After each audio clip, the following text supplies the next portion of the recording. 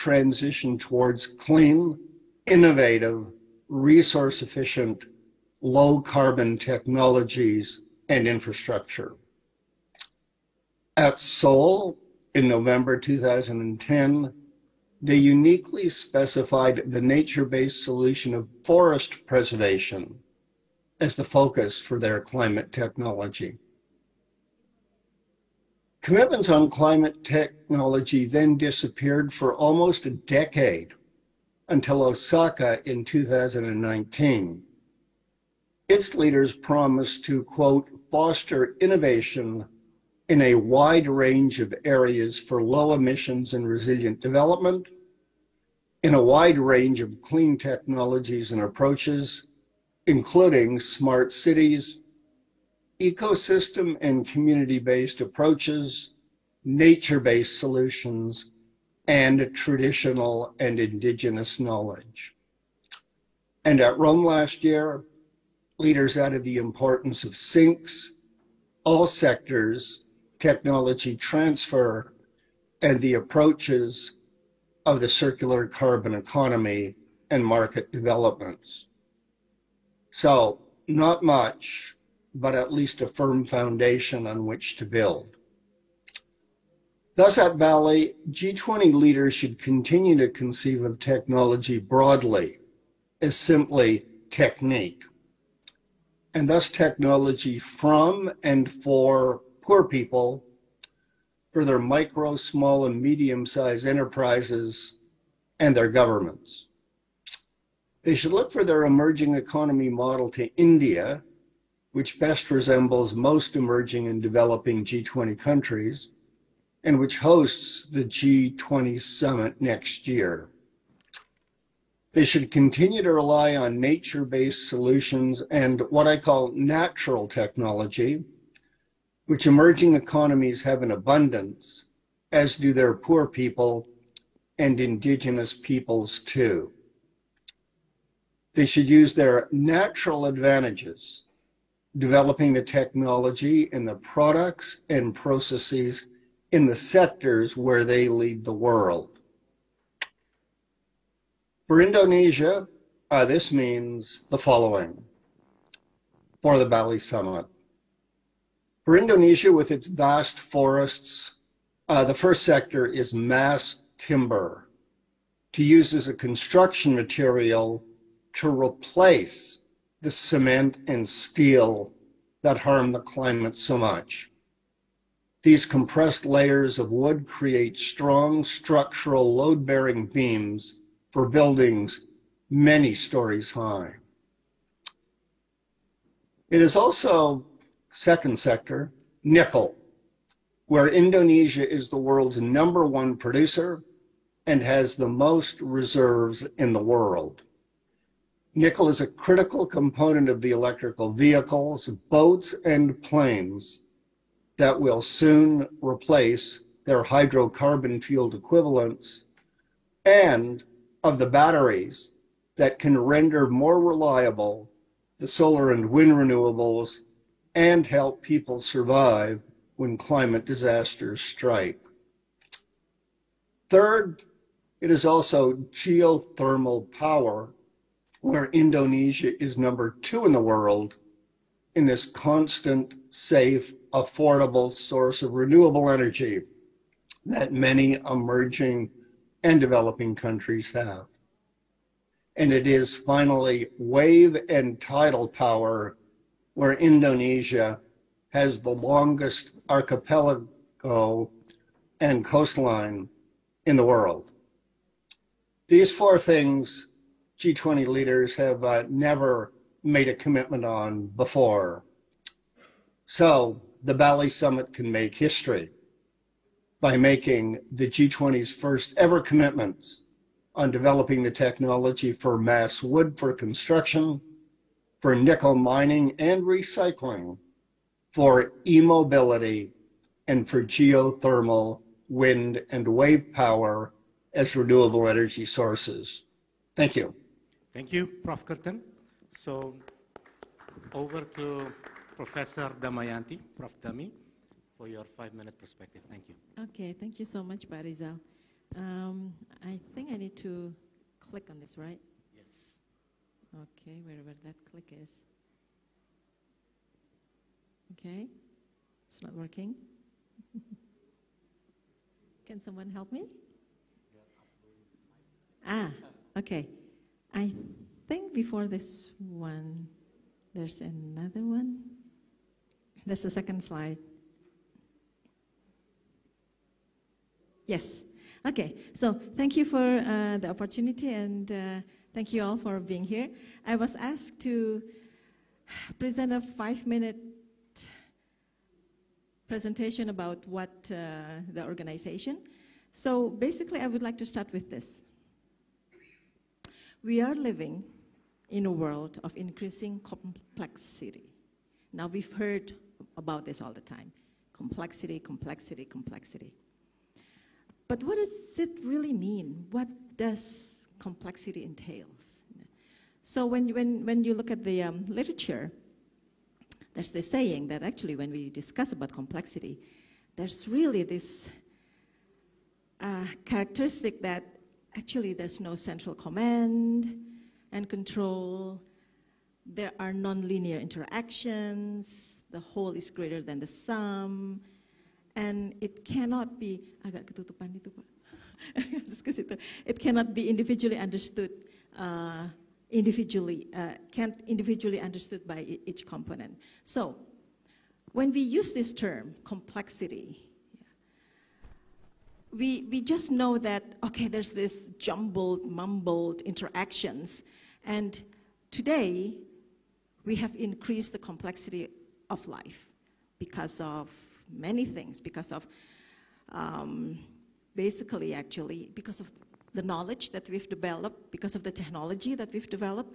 But it is I don't want to say it's funny, it's unusual that with all the knowledge that we have developed and we know what to do to gain sustainability, the complexity seems to be so difficult, so that now we know the term of these wicked problems, that there are this characteristic of wicked problem where it's said here that it's socially complex.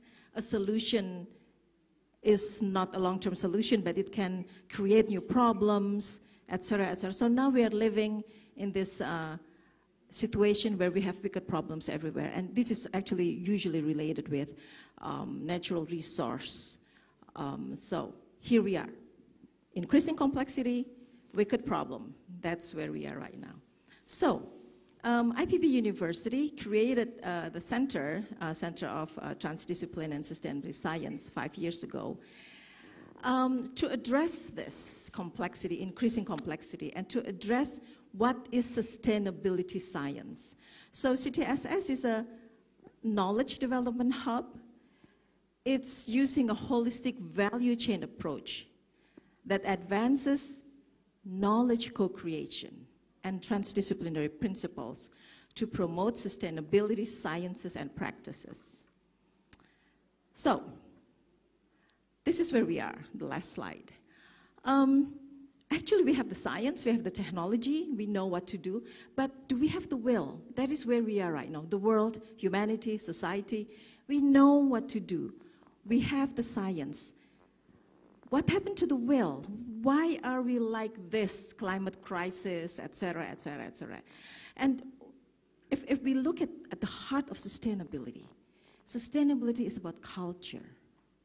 It's about the mind, the heart, the soul. And so the knowledge, the sciences, and the technology, it hinges on these core values of sustainability. And this is what we need to really embrace and understand. And we do understand, I know a lot of people understand that, but why, again, this difficulty in maintaining or achieving sustainability? So we propose a new approach, which is the transdisciplinary, collaborative action. We need a collaborative action to redesign the future. And transdisciplinarity offers that new way, the new way of looking at problems, the new way of the shifting paradigm. It's about transcending beyond discipline, not working in silos. It's about open-ended discussion. It's about radical curiosity asking a difficult question and being humbled about the limits that we have, being humbled about our role that we don't know all the answer. And so it's about non-dogmatic methodology, about multiple perspective. It's about equality. So transdisciplinary approach and sustainability, that is the key word of the organization that I'm leading with. Thank you so much. Thank you, Prof. Dami. I turn now to Pak Siho, who will provide his perspective from one of the leading private sectors in sustainability. The floor is yours, Pak Siho. Thank you very much. I would like to start by introducing April, the company I work for. We are one of the largest, most efficient, most technologically advanced producer of paper-based product. We are based in Riau, and under the concession from the government, together with our partners, we manage around 1 million hectares of forests. Now, our products are used in daily lives, from photocopy paper, printing paper, food packaging, cosmetics packaging, yeah, and many other paper-based products. Now, we launched our sustainable forest management policy in 2015, and in continuation of that, we launched our April 2030 vision 2 years ago. There are 4 pillars to April 2030. First one is the climate positive, thriving landscape, inclusive progress, and sustainable growth. Basically, April 2030 serves as the guideline for our sustainability policies and practices for the next 8 years, leading to 2030, and it's a commitment of actions toward climate, nature, and people. Next, please. I would like to elaborate on one of the key components of our thriving landscape. Okay, and it's called production protection approach. This is coming from our years of experience as forest manager. Yeah, the image on the left shows a typical image of how our industrial forest looks like. Yeah. In the middle, there are the natural forests, and this natural forest is surrounded by industrial estates, by the production forests. Hence, the term production protection. Yeah. Now, we apply the same principle, the same approach to an ecosystem restoration project that we do in Riau. It's called Restorasi Ecosystem Riau, which covers an area of 150,000 hectares, the largest single landscape of peatland forests in Southeast Asia nowadays. Yeah, we receive concession permit from the government of Indonesia to manage this as an ecosystem restoration. You will see that the light green on the right-hand side of the right-hand photo, that represents the ecosystem restoration. And it is surrounded by the yellow area, which represents our production forests, the industrial forest that we manage. Now, the production area provides effective protection on the natural forests. And not only that, the production forests generate the required funding to fund the conservation. Now, of course, if we do conservation or restoration work, it requires a lot of investment. And therefore, that is why in 2015, we launched a commitment of $100 million to pay for the conservation activities in the first 10 years. 2 years ago, we renewed the commitment to commit $1 for every ton of wood coming into our manufacturing operations. So effectively, this will help us pay for climate actions, not only conservation within our restoration, within our operation areas, but also beyond. Yeah. Nowadays, Restorasi Ecosystem Riau is home to more than 800 species, fauna and flora.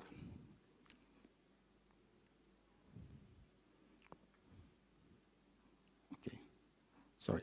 Now, 2 years after the launch of April 2030, we have made some progress. As of today, 87% of our energy consumption in our mill in Riau is from renewable energy. Okay?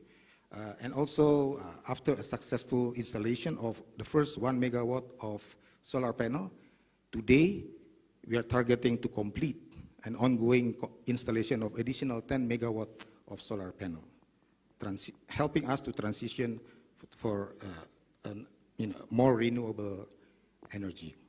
Now, we also invest in development of peatland science. Yeah? We continue to measure emission and absorption by using greenhouse gas tower using eddy covariance technology. And partnership is key. We know that all these climate ambitions will not be possible to achieve if we work alone. So we work in partnership, we work with Wildlife Conservation Society, and we also become a member of a science technology network, yeah, where we can gain some knowledge to improve our achievement of our climate targets. Thank you. Thank you, Pak Siho. We'll turn to the next two speakers who will provide their perspective from their capital market as well as financial ecosystem. Pak Sanjeev Lewis. Thanks, Pak Rizal. It's great to be here. I was really surprised and privileged to be invited by Pak Rizal, and also thank the T20 and Indonesia for making this a truly inclusive event, inviting and welcoming even recovering investment bankers like myself to this event, and to contribute some of my thoughts. So, having, to be serious, the part of recovery in anything is finding a program, and my program is sustainable finance now, and blended finance to be specific.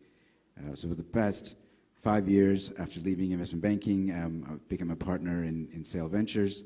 We manage something called the Ant Green Fund, and it's focused on investing in, as it says there, investing in inclusive agriculture and protecting forest.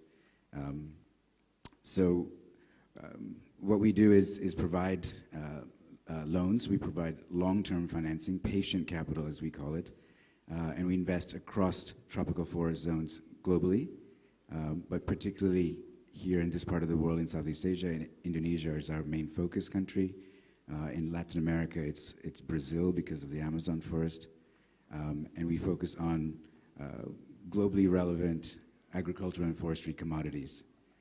So we tackle a lot of what other investors consider problematic sectors, such as palm oil here, such as forestry, like Pak Siho talked about in April, rubber, could be coffee and cocoa in West Africa, it's soy and beef in Brazil.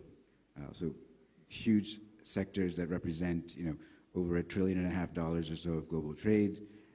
As you've heard from many speakers today throughout the plenary sessions and some of the side parallel sessions, millions of jobs for smallholders. Many of the crops I just mentioned are primarily smallholder produced crops. Palm oil being maybe the exception at only 40%, but all the others in excess of 80–90% smallholder crop production, but increasingly left out of the wave of interest and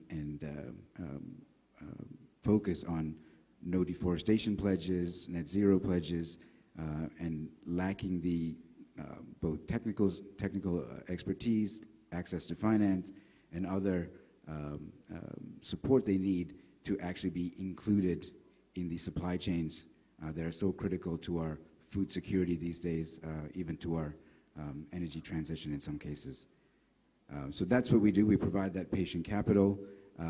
We think that's the biggest gap, as you see on this slide here, where we don't see the presence of banks, financial institutions, and institutional investors, which is what we hope to change by providing really commercial scale investment models that can be replicated here in Indonesia, throughout Southeast Asia, and indeed across that tropical forest zone, where we hope, as they scale up, as they join and employ a ESG-focused lens to their risk assessments, as we do and apply it in earnest, with sincerity, as it's intended to be, as a risk management tool, to understand the risks in their own portfolios and then adapt their products to combat those risks, to mitigate for those risks, rather than how we see it currently, which is largely a rebranding exercise for banks, commercial institutions, institutional investors, and indeed corporates who migrate from CSR activity to ESG activity. And you see very few corporates, I think like April, who take that initiative much, much further and put it in practice, you know, at major scale with major investment of resources and time.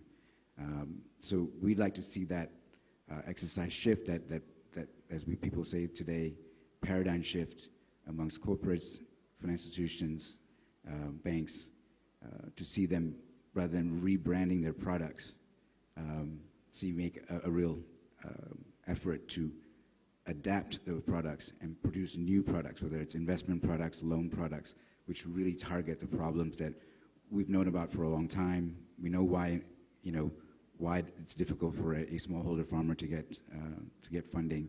So we've known that for decades. How do we fix that?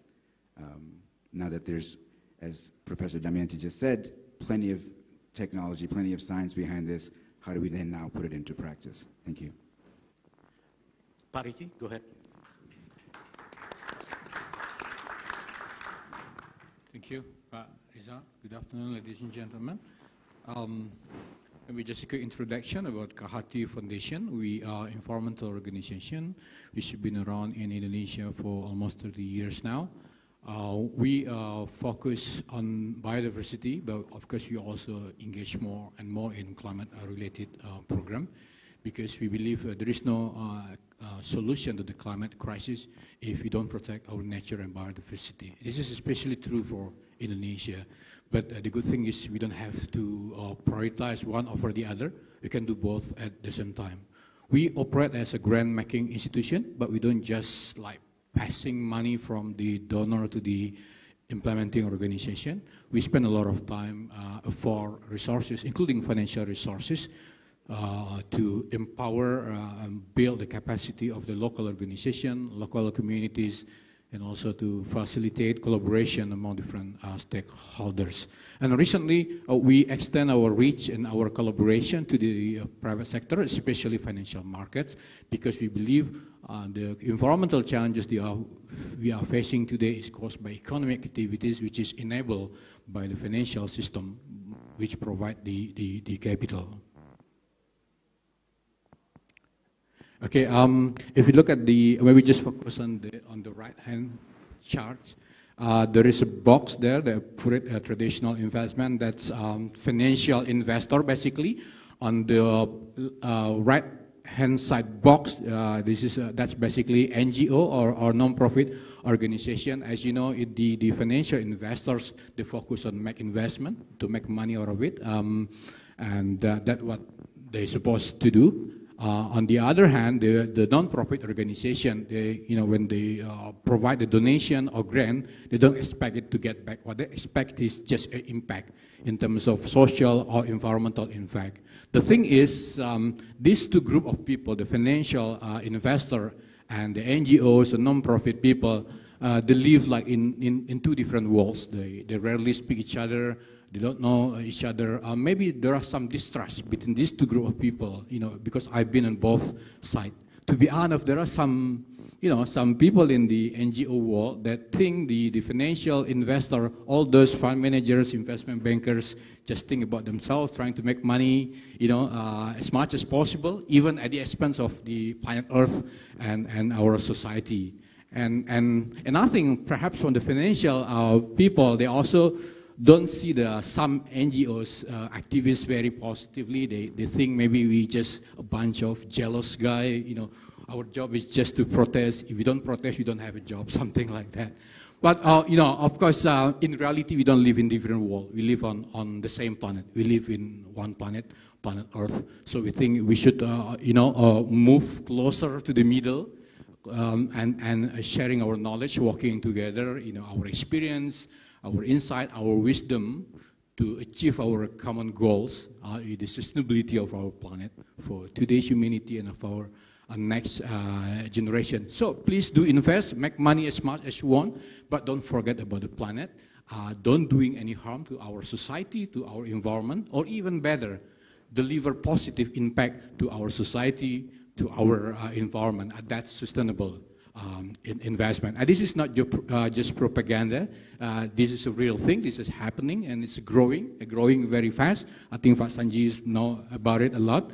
And we in Indonesia should join that movement. Otherwise, we will be left behind. We will miss the opportunity to do something good, and potentially we will be also isolated in the global by the global financial system. So just quick one, what we have been doing at the Kehati, primarily we are on the right-hand side. We are the non-profit organization, but we also have a little experience as a financial investor because we manage our endowment fund, a very small endowment fund that we invest in the capital market. And we, from these two angles, also try and expand and going to the middle.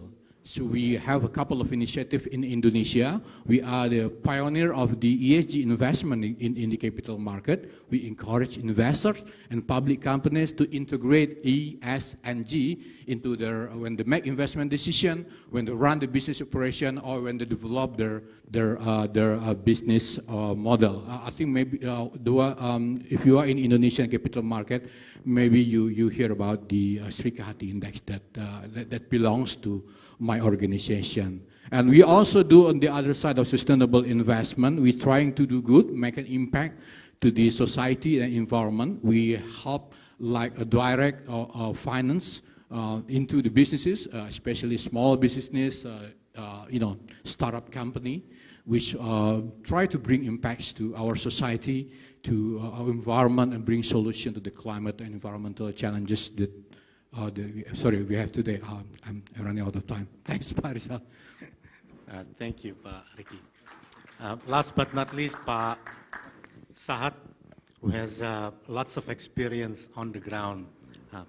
Please, Pak Sahat, your 5 minutes. Thank you. Thanks, Pak Rizal, and thanks for the organizer for inviting me to this session. I'm Sahat Aritonang from Diameter. We are technical service provider actually based in Bogor. In this session, I would like to concentrate how collective actions by private sectors through jurisdictional approach to reducing deforestation and climate change. As we know that forests have a great potential to deliver on climate mitigation goals, while at the same time providing important benefits to soil, waters, air, biodiversity, and also, of course, the development. As you see in the presentation, we can see that deforestation in Indonesia and Malaysia has remarkably declined since 2015. And the decline is sustained year by year, year on year, with recent loss on 2016, now approximating those which occurred 20 years ago on the onset of the millennium. But on the other hand, what does it mean for industry? I took example from the palm oil industry. Data from US Department of Agriculture shows that the CPO production is still increased, even the rates of new planting areas is declined over the past decade. And then also there's transformation in terms of market. As we can see at the right bottom side that the trade of sustainable materials is growing. Again, example from palm oil, RSPO certified is increased 6-fold, and sales is increased 5-fold since 2010. And this include doubling since 2019 certification that coming from the smallholder production, which is it's showing that there's indicating that outreach and promotion of sustainable materials is increasing market demand. But what does it mean? What is the link between those production with the private sector? I mean, as we know that jurisdictional approach have gained in popularity over the past decade, as strategies for tackling unsustainable resource use, deforestation, and forest degradation. But at the same time, it's complementary framework for companies or private sectors to deliver multiple benefits, including making more resilient corporate sustainability commitment. JA, our jurisdictional approach are needed because deforestation is a complex issue with multiple interconnected causes and impacts, like Professor Dami said, which must address at local level. As we know, as you can see from the right numbers there are already 50 plus jurisdictional initiatives has been developed in Indonesia and Malaysia, and there are at least 30 plus multi-stakeholder forum has developed, plus 20 numbers of green growth development, and it's already translated into the local regulation. And what does it mean by the private sector to join jurisdictional approach? The business case for private sectors to support JA is very clear. You can enhance to engage a government collectively than alone, and then the volumes of responsibly sourced products and deforestation-free sourcing areas can increase. But there's a note in the last point here, incentives are needed to tip the balance towards more sustainable land use, such as conditional rewards, performance-based finance, and improved market access. The international community will need to mobilize increased levels of climate and other green finance and market incentive sufficient to motivate change. At the national level, progress on providing domestic fiscal incentive for maintaining forest cover, establishing the infrastructure and allocating REDD+ payment, and increasing transparency of relevant data and coordinating more effectively across agencies would all accelerate the JA progress. I think that's all my statement, Pak. Thank you. Thank you, Prasad. I'll turn back now to Prof. Thank you. I'll turn back now to Prof. Curtin. And just to have a sound check first with Prof. Curtin, are you still here with us, Prof? Great. I can see you. I am indeed, and I have unmuted. Can you hear me? Okay. Yes, we can hear you. So, Prof. Curtin, earlier this year, you co-written a book titled Reconfiguring the Global Governance of Climate Change.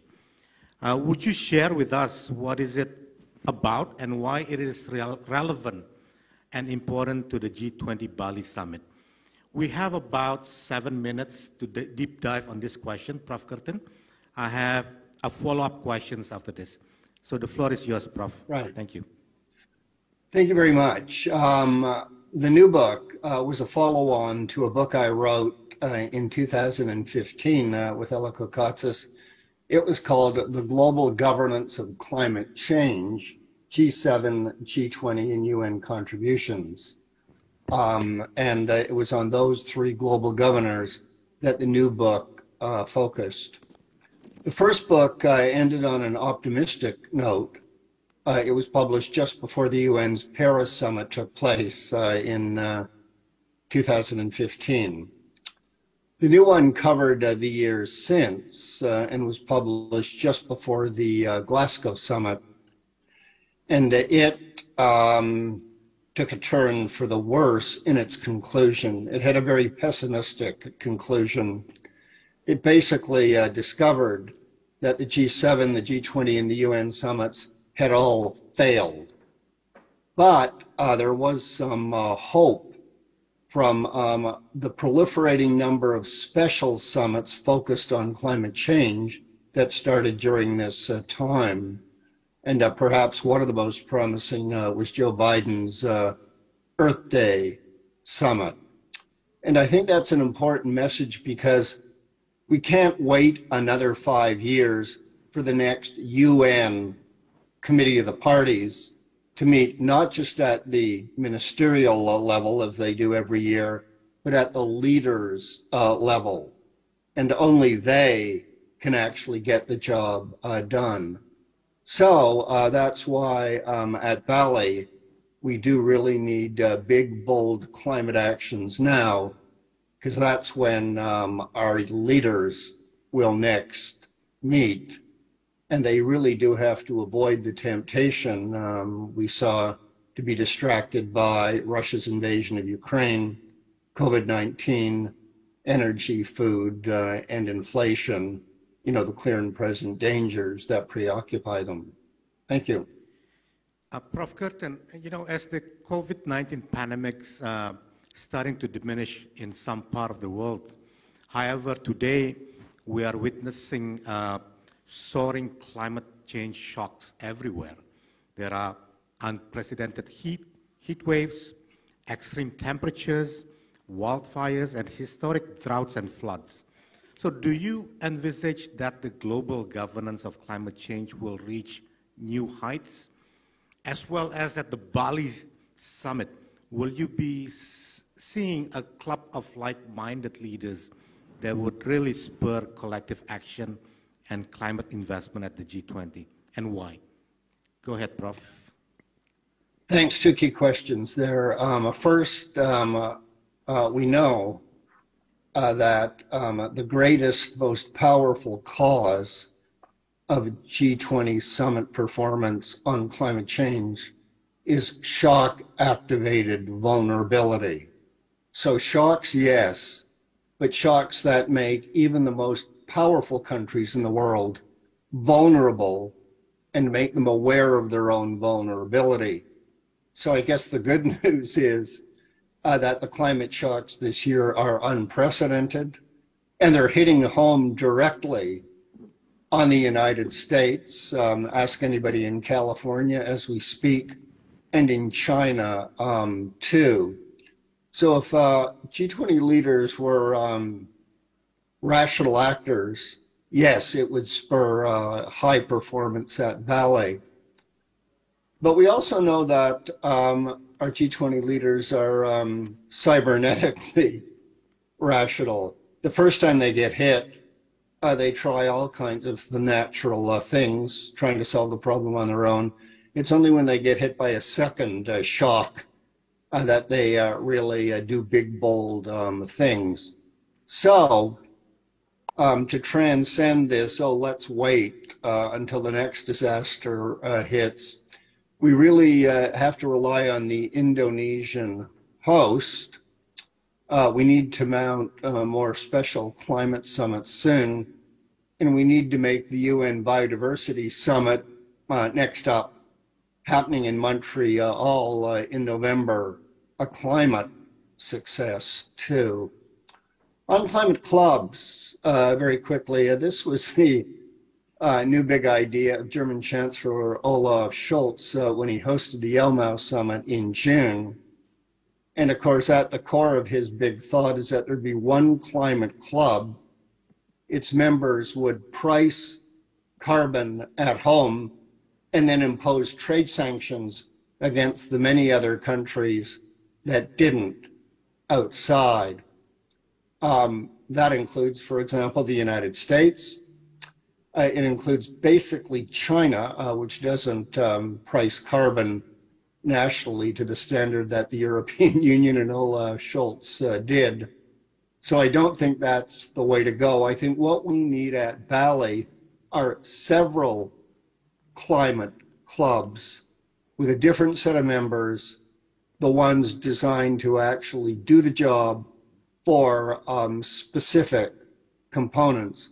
So from Bali, we need a climate club for forests. We need a different one for nickel. We need a different one for tidal power and a different one for geothermal. Canada, for example, would be in the first three, but not the geothermal one. And we also need a climate club, let me add another, to protect the world's peatlands, 7 times as powerful as our beloved forests in controlling climate change's sinks. And to do that job, we need Russia in that club too. So let's hope we can transcend the geopolitical constraints at Bali and get a peatland climate club with Russia in produced. Thanks. Thanks, Prof. Curtin. We'll come back to you at the end to synthesize the discussions. Now I turn to Prof. Dami. Professor Dami, as we know, the Global South are the powerhouse of agriculture commodity productions. how does the Center of Transdisciplinary and Sustainability Science could help achieve the sustainability goals of achieving their climate targets? Okay, thank you so much for the question. I think I would like to provide an example based on experiences that is much related to what Pak Sahat has mentioned earlier, which is a landscape approach. So when we speak about transdisciplinarity, sometimes people confuse that with interdiscipline, multidiscipline, etc. But transdisciplinarity, it's about really creating this knowledge together. So it's the co-creation of new knowledge. And that can be achieved by listening, by going to the field, by, there are so much knowledge in the field. So the academia, the sciences, the scientists can learn a lot from the local community. And one of the experiences that we had in South Sumatra was actually a landscape approach. We tried to ask the question, what is a sustainable landscape? So through this question about sustainable landscape, then we understand that one of the key points is actually about governance. Governance at the local, at the landscape level. And now we know that there's not really confusion, but sometimes there's ego sectoral, push and pull, because the land managers are from either the private sectors or the local government or the national government. So there are all those politics playing on the ground. Now, using a transdisciplinary approach, we can actually sit together and again be humbled about our limitation and listen. And then we can create this understanding that sustainable landscape can only be achieved if one can put aside a little bit of their ego for a common good. So how do you do that? It's a long process. It's a process full of pain and maybe misunderstanding. But if you have this vision together to achieve this sustainability using a transdisciplinarity, and that I always say that people always laugh when I say that. It's about the heart, Pak Rizal. Okay, very true. It's about the heart. How do you reach people's heart? That is the gist. But transdisciplinarity, I think is a good way to that. And jurisdictional approach, landscape approach, I think is a very good innovation of how transdisciplinarity is an example that can be worked on the ground. So in the landscape approach or jurisdictional approach, in what aspect does good agriculture practices, forestry practices can be a solution to deliver inclusive growth that benefits the communities as well as market acceptance and for sustainability? Okay, thank you. That's a hard question. Okay, good agriculture practices. Sometimes I see that people are more looking at good agriculture practices only for, like certification, etc. But at the heart of it, again, it's about community livelihood. So how do you develop a good agriculture practices that are using the green technology and then involving the community leadership to change their way of doing agriculture, and then also including the local government. And I think I would like to say this, but impact investment is very, very important.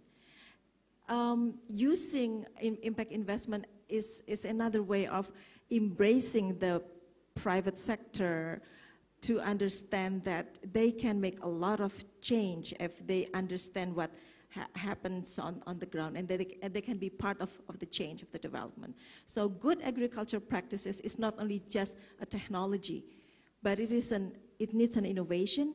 It needs to be local specific sometimes. So you have this universal characteristic, but then it also needs a local specific technology that is maybe based on, what is gambut, the wetland or the peatland. So there's a lot of locality in good agriculture practices, even though you have this general scheme of sustainability. Thank you. I'll turn to Pak Sihol.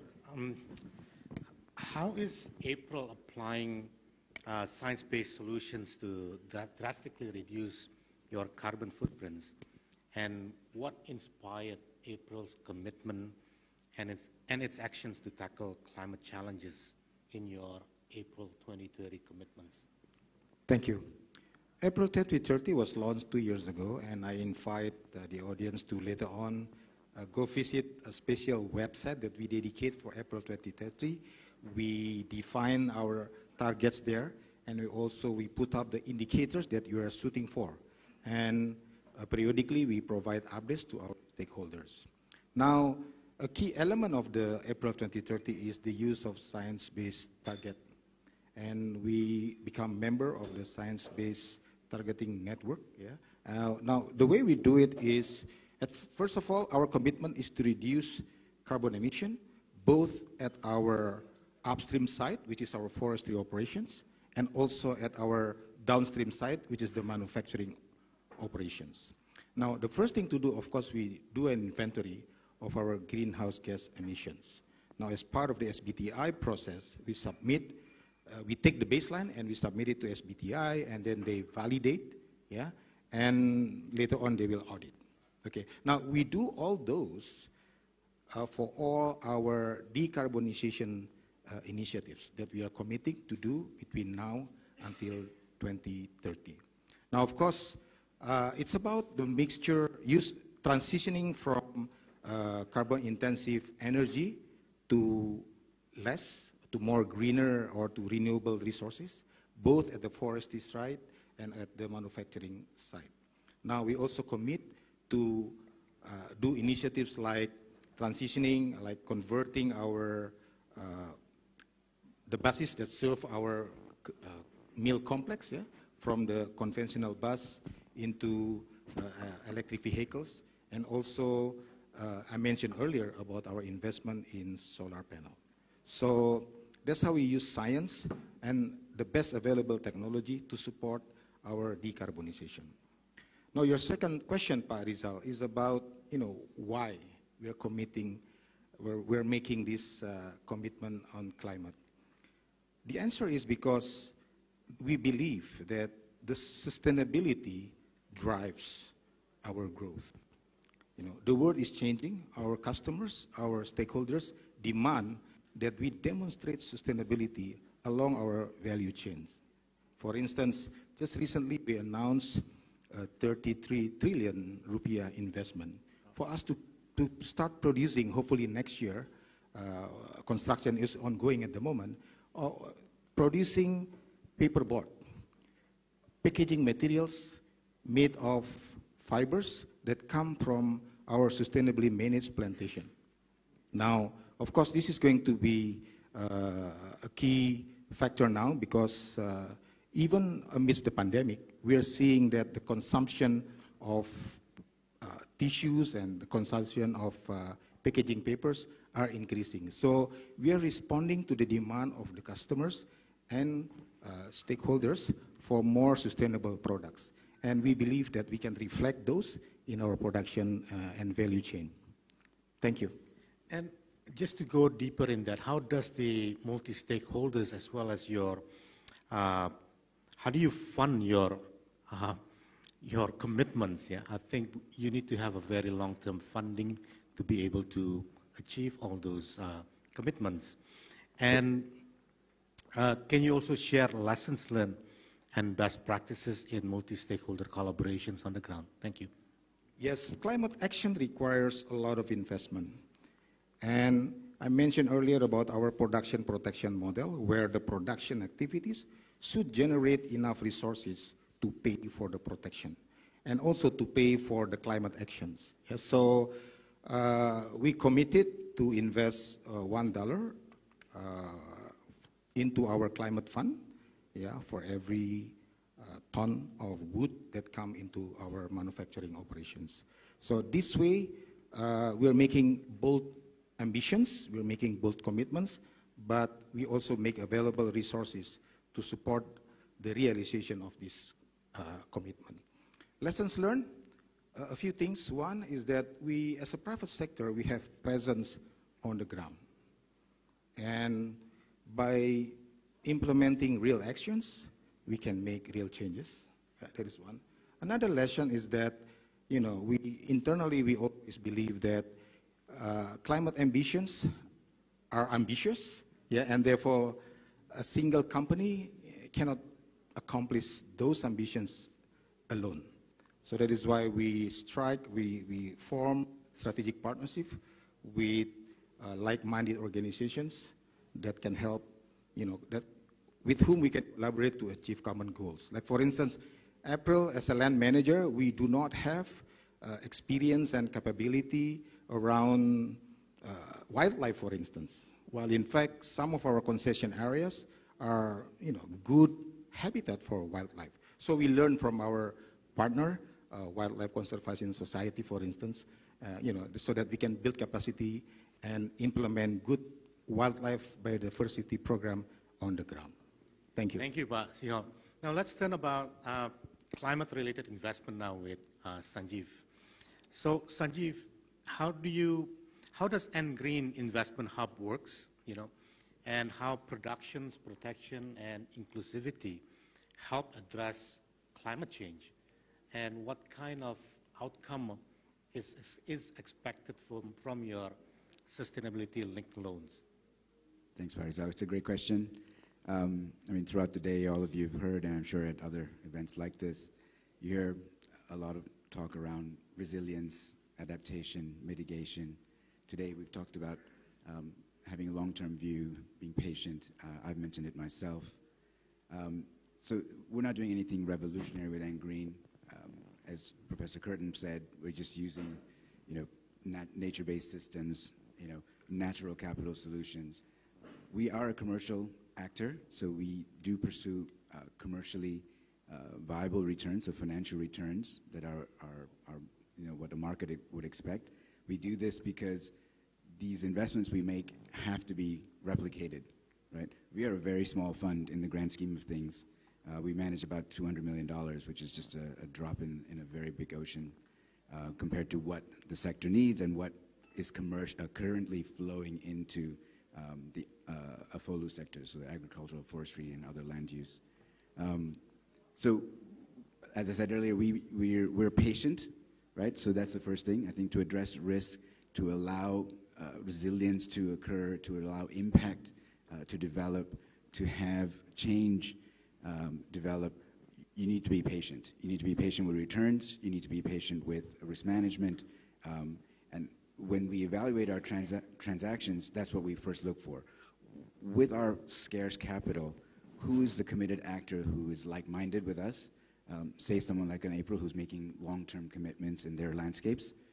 And how can we invest capital with them to make a transformational change in a particular sector, whether that's palm, forestry, rubber, cocoa, etc. So first thing is that we provide that patient capital that provides them confidence to invest alongside us, make even more ambitious commitments than they have perhaps before, and to then go ahead and implement them. What we're doing, though, is asking these companies to be accountable to us. We embed those commitments in our loan products.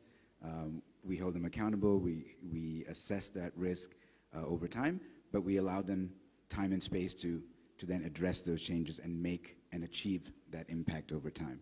And we want that impact to be measurable and tangible. And we want to be able to quantify it, because if you can't do that, you can't put a value on it.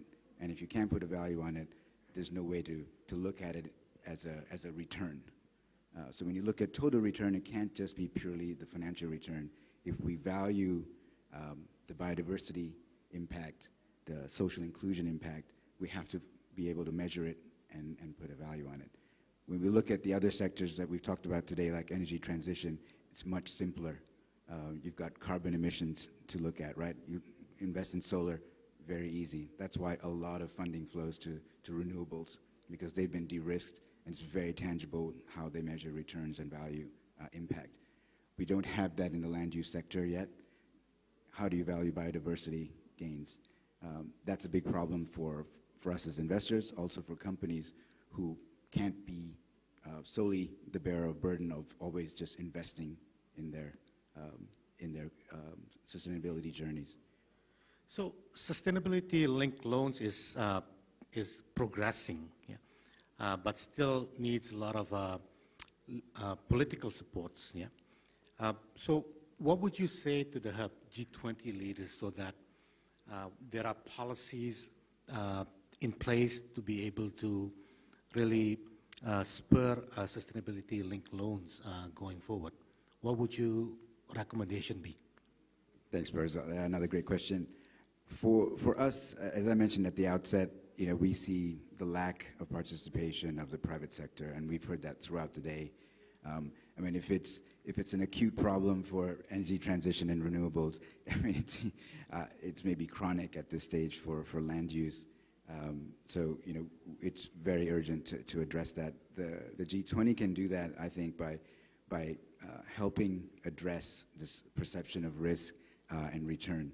So, spurring, policy for banks and investors to not only, from a regulatory perspective, make it easier to invest in these sectors, but also almost, forcing banks and other investors to recognize the risk that already exists in the current portfolios.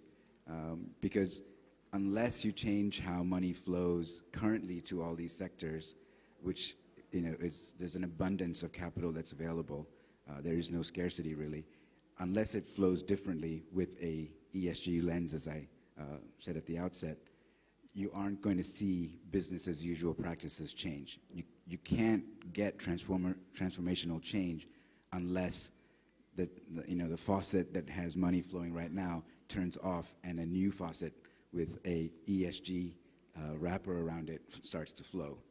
And unless it flows in abundance through that new faucet, you're not going to see that change. So I think the G20 has to take up that challenge to really look at each of their countries, their banking sectors, their economies. If they want to promote sustainable rural development, agricultural growth, food security, stem deforestation and biodiversity loss, they've got to look at how money flows into these systems. Thank you. So a good segue to Pak Ricky on ESG. Can you share your experience in promoting ESG and sustainable investment in the capital market? You mentioned about Sri Kehati in the beginning, but what is the concrete action looks like? Yeah. Okay, thanks, Pak Rizal. Yes, we pioneered ESG investment in Indonesian capital market back to 2009 when we launched the first ESG index. It's not only the first in Indonesia, it was the first in Southeast Asia. We call it Sri Kehati Index, SRI, which stands for Sustainable and Responsible Investment. What we do is basically we filter and we assess and then we rank the publicly listed companies in Indonesia Stock Exchange based on environment, social, and governance factors, or ESG. And then we create an index, a stock index, which consists of the top performing companies based on ESG indicators that we assessed before. That's what we do. There are three things that we wanted to achieve by doing this. First, we would like to encourage, motivate, and reward the public companies which adopt the ESG into their business and operation. We have the annual ESG award. We stopped it after the pandemic. And that's the first objective. The second one, because this is in an index, so everyone can track the performance. So the intention is to show to the public, to the investors, how the ESG-friendly companies perform in the market in terms of stock prices compared to the average company. And for your information, since the inception, 13 years ago, the Sri Kehati Index performed better than average index in the market, like JCI, LQ45. So this tells you that if you invest in the companies that is friendly to the environment, to the society, you not necessarily give up your performance. Even in some cases, you can have the better performance. And the last objective is actually we want the real action by the investor, by the fund managers, to put their money into these top-performing ESG companies, and also to provide, to put the pressure to the company they invest in the stock market to adopt the ESG principles. The way we do it, we work together with the fund managers. So the fund manager, the asset management company, create a mutual fund, and then they get the clients to put the money into the mutual fund, and that mutual fund buy into the stock that we picked before, the top-performing ESG stocks. So that's how it works. So far, we already have a collaboration with 11 fund managers in Indonesia. And in total, these 11 fund managers managing about more than 2 trillion rupiah. It's not a big amount, but it's good starting point. And one thing that I would like to emphasize, Pak Rizal, this is involved a lot of collaboration. It's not about Kehati Foundation. This is we also working together with the Jakarta Stock Exchange, Indonesian Stock Exchange. We co-host the index with the IDX. We need their credibility as well. We work together with the fund managers, of course, and also with the university. We work together to develop the framework and also to continuously improve the ESG framework when we assess it. We also have started recently on the impact investment. We try to promote impact investment with some other entities. We've worked with the Ford Foundation, with Mandiri, for example, and we are now in the process of setting up our own impact fund, a small impact fund. So I take this opportunity to call for some support from everyone here, maybe from Pak Sanjeev, if you want some amount of money to put in our fund. And part of this commitment, Kehati will put our own money, $1 million into this impact fund, but it's still working in progress. That's basically two streams that we are working at the moment at the Kehati Foundation related to the sustainable investment. So Kehati is a biodiversity foundation. So what is the rationale of connection between biodiversities and the things that you're doing in the capital market to build the ecosystem in the capital market? And if you want to provide a recommendation to the governments of Indonesia, what would that be? What kind of policies, regulations that could incentivize and stimulate climate-related investment? Okay, yes, I think why we do this in capital market is because, like I said before, the environmental challenges that we are facing today is, caused by the economic activities, which is enabled by the financial investors. A lot of pressure on the corporate side in Indonesia, but not much people really, go after the financial institution or the financial investor. So we have to really tackle the root cause of this, somebody that provide the ultimate resource to the corporate sector to produce something. So that's the reason behind it. And how we link this to our day-to-day operation in Kehati Foundation. We are a non-profit organization. We provide donation, a grant to many organizations across Indonesia. So part of the collaboration with the fund managers that I mentioned to you before, we provide the opportunity to the investors, the client of these fund managers, to make a real-world impact. So the fund managers that manage these ESG funds, they will set aside part of the management fee that they charge to their client and donate to the Kehati. And Kehati use the donation. Now it's about like 4 or 5 billion rupiah every year. We use it to our climate action. At the moment, mostly in Nusa Tenggara Timur province on the climate adaptation and food security. So from our organization, this is also a kind of, our funding strategy, part of our funding mechanism. Thank you. I'll turn to Pak Sahat now. Earlier in your opening, you shown that deforestation has decreased markedly. Yeah? Do you think that achievement is sustainable? And if so, what are the critical enablers to make sure that we can eliminate deforestation or continue to progress in reducing deforestation? Especially what Prof. Dhami has mentioned, it's critical to see that is happening at the landscape or jurisdictional level. Thanks, Pak Rizal. And this is an interesting question, actually. Basically, it's because of human, right? Human is the factor in here.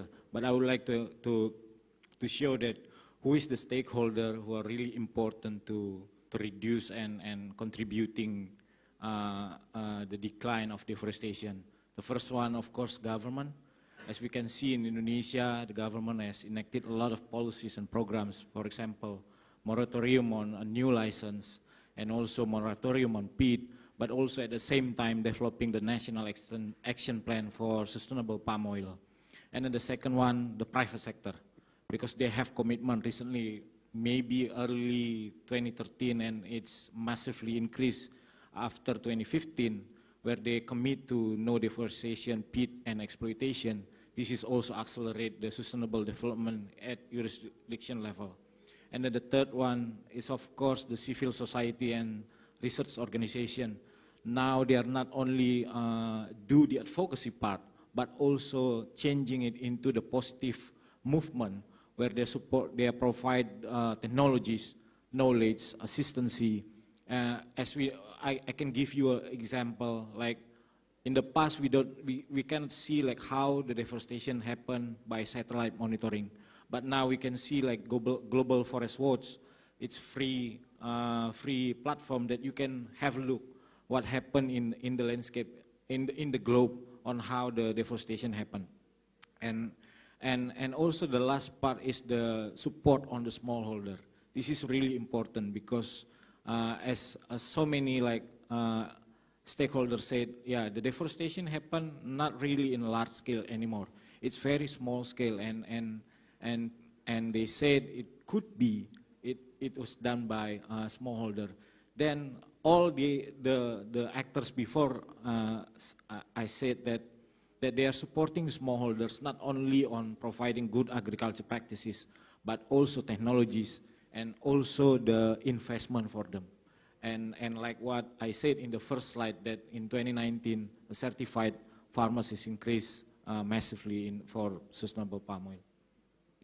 So in the multi-stakeholder approach at the jurisdiction level or landscape levels, can collective action really works, and can it advance in achieving that deforestation-free commodities? Yes, as long as all stakeholders is collaborate together. It's not always on based on like one single jurisdictional program, but collectively or separately, they do their own program, right? And their own programs, and by the multi-stakeholder platform or forum, they can understand their role, their contribution, and challenge, and talking each other. All the stakeholders are talking each other, but even when they do implementation, they are really doing themselves. But again, the multi-stakeholder forum playing a really a good avenue for all actors to address the challenge and contribute to accelerate the transformation in the jurisdictions. Thank you, Pak Saad. So maybe if there is any questions from the audience, I'd like to turn to maybe one or two questions to the panelists, and then we can go back to Prof. Kirtin to provide his synthesis. Yes, Bapak, please mention your name and your question, yeah? And then you, go ahead, Pak. Just a second, yes. Yeah, thank you so much, Pak Rizal, and thank you so much for all panelists for your very excellent and insightful presentation. I really agree with the identification by Professor Kirtin about the climate technology that relate and could lead by Indonesia. And but if we would like to apply the holistic and sustainability approach towards natural resource management that explained by Professor Dami, I think we need to make several prerequisite conditions and impacts, and as well critical enablers for these four types of the climate related technology. For instance, like when Professor Kirtin mentioned about how timber could replace concrete and steel, So maybe we should define and determine that when we are talking about timber, is timber not the timber from the natural forest, but the timber that produced like by April from production forests, and also through the jurisdictional approach mechanism like Diameter mentioned. So, and also about when we're talking about the nickel, how to create demand, because nickel for batteries is actually a massive production. And the investment would think that it would be worth if there is a high demand on that. So that's also such an enabling policies that we should explore more about that. And my last question, actually, to Pak Sahat from Diameter. I fully agree with you. Speaking of the experience, when the government of Indonesia appointed me as a lead legal negotiator for the agreement between the Indonesian government and the FCPF on the jurisdictional approach on East Kalimantan.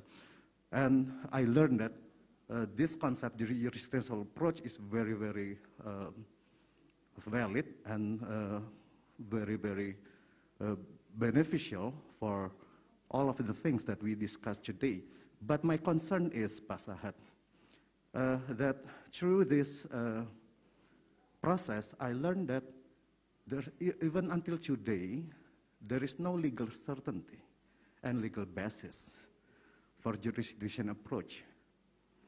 We learned that actually we expected that the Ministry of Environment and Forestry would establish this or would govern this when they tried to amend the ministerial regulation on number 70 on the REDD+ governance. But we witness until now there is no such a regulation. So how you view on this matter? Thank you so much, Pak Rizal. And your name, Pak? Oh, sorry. My name is Andre Akbar Marten. I'm a research director from the Indonesian Research Institute for Decarbonization. Thank you.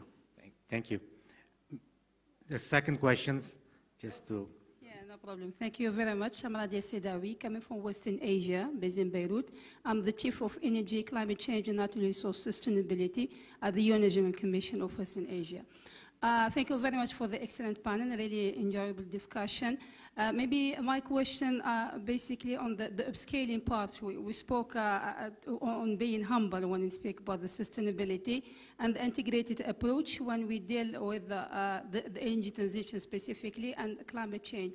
How it comes when we are at the platform of the T20, that when we engage the communities in specifically the upscaling projects which are fully integrated from natural resource management, addressing the energy, water, and food and agriculture. But when we want to upscale this kind of initiative, we still, obviously at the national level, the silo approach, and then cross-border when it comes between countries. How from your perspective, we can, following the ESG approach, following the integrated approach, we can really upscale this kind of approach? And number two, my question, since the gentleman spoke about the extractive industries, and I think most of the discussion we had across the panels yesterday and today didn't really address the integrated approach starting from the extractives, which will lead and support the energy transition and just inclusive energy transition. How, from your perspective, Professor, you see that the collaboration of the G20 countries could be looking to supporting the climate, while supporting the climate agenda, following the circular carbon economy approach, we can basically have much more integrated natural resource management across the value chain to support the energy transition while responding to the climate crisis. Thank you. Thank you. Thank you for the two questions. Maybe first to Prof. Curtin on the climate technology, and Prof. Dami, maybe you can also respond to the legal certainty for landscape or jurisdictional approach, and Pak Sahat can add on that as well. So, Prof. Curtin, would you be able to respond to the first questions? Sure. First on nickel, the single word answer is recycling. A couple of years ago when our friends in Saudi Arabia hosted the G20, they were captivated by this concept of a circular economy. What it really means at its core is what we learned half a century ago, the 3 R's. Recycle is the one in the middle. So governments can incentivize the private sector to recycle the nickel and the other components of the batteries, and that will reduce, another one of the R's, the need for a new mining of nickel on greenfield sites, which means we will rely on the world's existing nickel producers, Indonesia's #1, to produce the supply that, together with much more recycling, will meet the growing demands for e-mobility across the world. The other point I hope I'll address in my concluding remarks. Thank you, Prof. Dami. Okay, thank you for the questions. Very, very true. What I can say is that, you know, sometimes it's just need a long term. So the important thing is the consistency, talking to the government, not waiting for the government, but constantly engaging the government, and the donor community should invest in long-term project. If it's only 5 years and then they're gone, you don't have the impact. So first of all, the changing of the mindset of the donor to provide long-term investment in for landscape approach. And then the continuous engaging with the government, that the jurisdictional approach needs legal certainty, and this can take, I don't know, forever, hopefully not. But yeah, and then maybe also use, I don't want to say force, but soft force, how do you say that? Engaging maybe is a soft force, and then a dialogue, and then of course publication, showing the impact, and that there is still this one part that is not fully reachable if we don't have this legal certainty. So attacking from a very different aspect, I think that's the only way. And then of course, sabar. What is sabar? Patience. Patience. In the end, it's about patience, consistency, patience. Okay, I just want to add from Professor Dami. Actually, yeah, it's really true. But maybe as an alternative way, what some jurisdiction done is to create legalization of the multi-stakeholder platform. So it's not the approach, but the platform that to ensure that all the actors actually can have ability to talk each other and lead by the government. And this is happening in Indonesia, like in Aceh Tamiang, in South Sumatra, Prof. Dami, actually in Musi Banyuasin right now, they do have that platform, which is it's right now, even after the landscape program, they still start to build that, starting from small activities, but hopefully it can be upscale. Thank you. So I'll come back to Prof. Curtin, just we are at the end of the session now. So Professor Curtin, based on the panel discussions, what would be your recommendation to the G20 to advance the global governance in climate action, strengthening the multi-stakeholder collaborations and collective actions, and to answer the lady questions as well on scaling up, because we need climate-related investment to be, to be available and committed by all governments and all sectors. Yeah. So just can you provide your thinking, Professor Curtin, a very short one, maybe around 3-4 minutes, but thank you. Yes, there's a long list. It was such a great discussion and contribution. We began with complexity, and we must always remember that our leaders, whether they're at home or abroad, are the only people we pay to worry about all the problems, all the time, all at once, and ideally to produce solutions that benefit them all. What that means is we need more summits and more G20 summits. Last year, The Italians had 3 G20 summits. This year, we've only got one at Bali. It's not too late for the Indonesian hosts to call a special summit, this time focused not on Afghanistan or health, but on climate change, given the crisis we faced. Secondly, there in at Bali, they should put forests first, because it has the broadest array, a comprehensive array of benefits.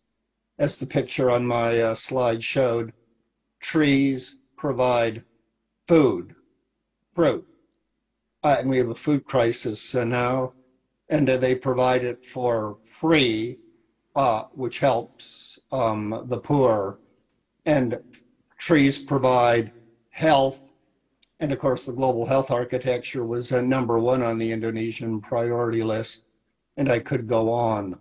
That means we need in the commitments synergies, not just climate commitments as a self-contained bucket, but climate change commitments mainstreamed throughout all of the commitments, including the ones on finance that the Bali Summit makes.